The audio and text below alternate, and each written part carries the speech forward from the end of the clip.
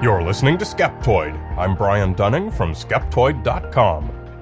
Ganzfeld Experiments. Today we're going to enter a quiet, darkened room, sit comfortably, and prepare to receive psychic imagery in what's often claimed to be the most convincing evidence for the reality of psychic abilities. The idea of being able to transmit thoughts from one person to another is so compelling that there's never been any shortage of researchers hoping to find a way to develop it. We all wish we could have a superpower, so we all want this to be true. Today's subject is Ganzfeld Experiments. Ganzfeld is German for whole field, referring to its method of replacing the whole of your field of perception. Let's take a close look and see what it is, how it works, and, most importantly, whether it does indeed promise to be proof of psi. A Ganzfeld state is a bit different from sensory deprivation, as made famous in the movie Altered States. In sensory deprivation, the idea is to remove all stimuli, audio, visual, thermal, and tactile. Ideally, the subject is placed in an isolation tank, a coffin-like device in which you float in dense saline solution. The temperature is a constant, comfortable ambient temperature, and it's completely dark and quiet. You see, hear, and feel nothing. Sensory deprivation has often been used recreationally, both with and without hallucinogenic drugs, for its ability to make the imagination seem surprisingly real, given the lack of competing stimuli. However, in Ganzfeld, the idea is to instead provide homogeneous stimuli. The subject, called the receiver, sits comfortably in a recliner, wearing headphones, playing gentle white noise. The room is bathed in red light, and the receiver wears translucent cups over the eyes, so all they see is a uniform, featureless red. They're relaxed and cozy. That's the physical setting of the experiment. Two other people are involved, an experimenter and a sender. The sender, in an isolated room where they cannot be seen or heard by the receiver, concentrates for 30 minutes on a target, which is some object or video clip or something. Throughout the 30 minutes, the receiver is supposed to verbally recite what they see or imagine. The experimenter, who's also supposed to be isolated from both the sender and the receiver, records what the receiver says, and usually keeps notes about what they describe. At the end of the 30 minutes, the receiver is shown the actual target upon which the sender was focusing, presented alongside with 3 other control objects. The receiver guesses which of the 4 most closely resembles their impressions during the Ganzfeld session. Pure chance predicts a 25% hit rate. But Ganzfeld experiments became famous within the parapsychology community because experimenters consistently found a significantly higher hit rate, closer to 35%. The history of Ganzfeld experimentation is essentially the history of a particular battle between skeptics and believers. A cordial battle, but a battle nevertheless. Beginning in the 1970s, the leading proponent was American parapsychologist Charles Honorton, a staunch believer in psychic abilities, who was dedicated to finding a reliable scientific method of establishing the reality of psi. Honorton's idea was that whatever psi abilities many people may have is lost in the sea of constant stimuli that we're all receiving all day long.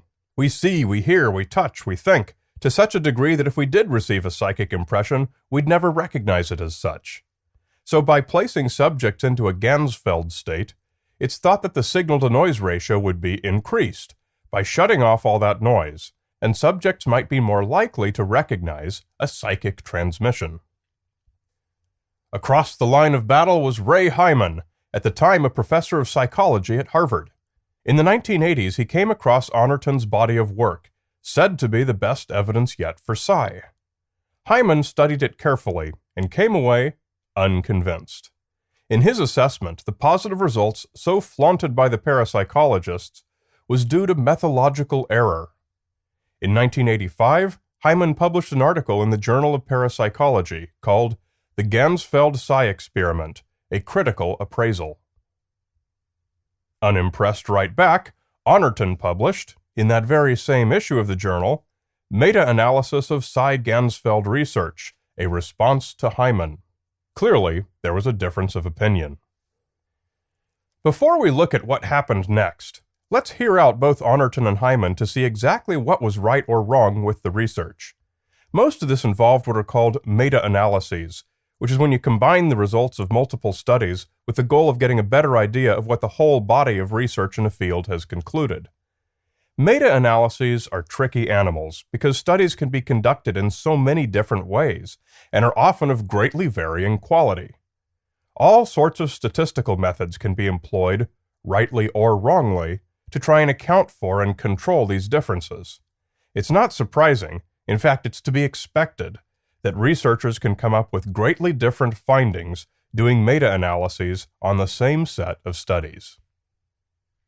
Hyman brought a considerable amount of skepticism to the table, so I was expecting his article to find all sorts of problems with Honorton's work, which covered 42 studies, in which 55% showed positive evidence of psi. Hyman did report problems. However, his own corrected analysis found not the random chance result of 25%, but a still significant 30%, which in itself appears to still represent pretty amazing evidence that Honorton's receiving subjects were in fact receiving some kind of impressions from the senders. However, not so fast. The criticisms that Hyman found were inadequate randomization, sensory leakage, meaning that in some cases the receivers could actually hear what was going on in the sender's room next door. In others, it was possible for things like the sender's fingerprints to be visible on the target object for the receiver to see, and inappropriate statistical analysis.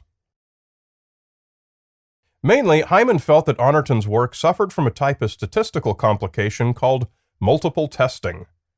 In a nutshell, multiple testing is when you take more and more variables into account between two groups. Sooner or later, you're going to find more and more differences between them. These variables included the different ways that researchers had categorized the senders and receivers, cross-referencing them to the results. They found that subjects were more likely to have positive results if they had been educated in a creative field, if they had already had a strong belief in psychic powers, if they were extroverted, and if the experiment was conducted in a warm and welcoming atmosphere. Hyman believed that the positive results reported by Honorton were due, at least in part, to multiple testing effects that inappropriately considered these types of variables. Hyman also found that the file drawer effect came into play, which is when studies are abandoned when they end up not showing any interesting results. Thus, the body of published work was inappropriately skewed to include those results which showed a positive result, which is going to happen sometimes simply due to random variances. Hyman figured that, working backwards and accounting for the degrees to which various weaknesses were present in each of the studies, the actual size of the effect was 0. His closing line was, "It is concluded that this database is too weak to support any assertions about the existence of psi." Honorton's reply in the journal was in kind. He acknowledged all of these potential weaknesses but explained how he had accounted for them, and still insisted that the results supported the existence of psi. This whole discussion got about as deep into statistics as anyone might reasonably or unreasonably want to go, but the net result is that the men had a disagreement on the analysis of the existing body of work. So now, let's look at what happened next. It was quite refreshing, and something that I wish I've seen more often. Honorton and Hyman got together and collaborated on a new article, hoping to find an analysis they could agree on.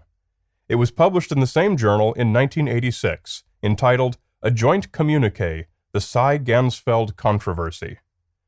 Essentially, Honorton and Hyman agreed on the methodological weaknesses and on ways to fix them, but were not able to come to a consensus on the proper analysis of the existing studies. They concluded, "We continue to differ over the degree to which the effect constitutes evidence for psi, but we agree that the final verdict awaits the outcome of future experiments, conducted by a broader range of investigators and according to more stringent standards." The result of this collaboration was a process called the Ganzfeld study. This was a computer-controlled version of the Ganzfeld experiment, where randomization and the other methodological weaknesses identified by Hyman and others were eliminated. In expressing his satisfaction with the potential of the Ganzfeld process, Hyman wrote, "Honorton's experiments have produced intriguing results. If independent laboratories can produce similar results with the same relationships and with the same attention to rigorous methodology, then parapsychology may indeed have finally captured its elusive quarry." So with replication as the goal, many researchers at many locations took up the torch and began performing auto-Ganzfeld tests. Publications continued to be produced, many of them continuing to find positive, if small, results. It was this decade and a half of replication efforts that led to the next major publication on Ganzfeld experiments. Honorton and his collaborator, Darrell Bem, published this time in a more mainstream journal, Psychological Bulletin, in 1994. Their conclusion was optimistic, but measured. The auto-Ganzfeld studies by themselves cannot satisfy the requirement that replications be conducted by a broader range of investigators. Accordingly, we hope that the findings reported here will be sufficiently provocative to prompt others to try replicating the Ganzfeld effect. Their article failed to convince. In 1999, the Bulletin published a thorough critique of Honorton and Bem's paper. Its authors were experimental psychologists Richard Wiseman and Julie Milton, and it focused on the failure of the popularly reported positive results to be replicated by independent researchers. After a deep discussion of all the problems found with Honorton's body of work, Wiseman and Milton concluded, "The new Ganzfeld studies show a near-zero effect size and a statistically non-significant overall cumulation. The auto-Ganzfeld results have not been replicated by a broader range of researchers. The Ganzfeld paradigm cannot at present be seen as constituting strong evidence for psychic functioning." With the death of Charles Honorton in 1992, interest in Ganzfeld has declined somewhat, though Psi researchers such as Dean Radin have continued to support it. The best lesson to be learned from Ganzfeld experimentation is not so much that the technique has failed as evidence for Psi, but rather that it is indeed possible for skeptics and believers to work together in a productive, positive, and collaborative way to find the truth. Hyman and Honorton showed us that the mainstream and the fringe need not always be squared off with an us versus them mentality, and reminded us that the best researchers, whether they're right or wrong, embrace their critics and work with them to improve the state of our knowledge.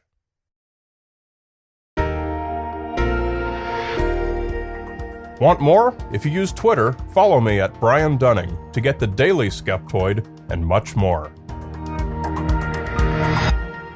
You're listening to Skeptoid. I'm Brian Dunning from Skeptoid.com.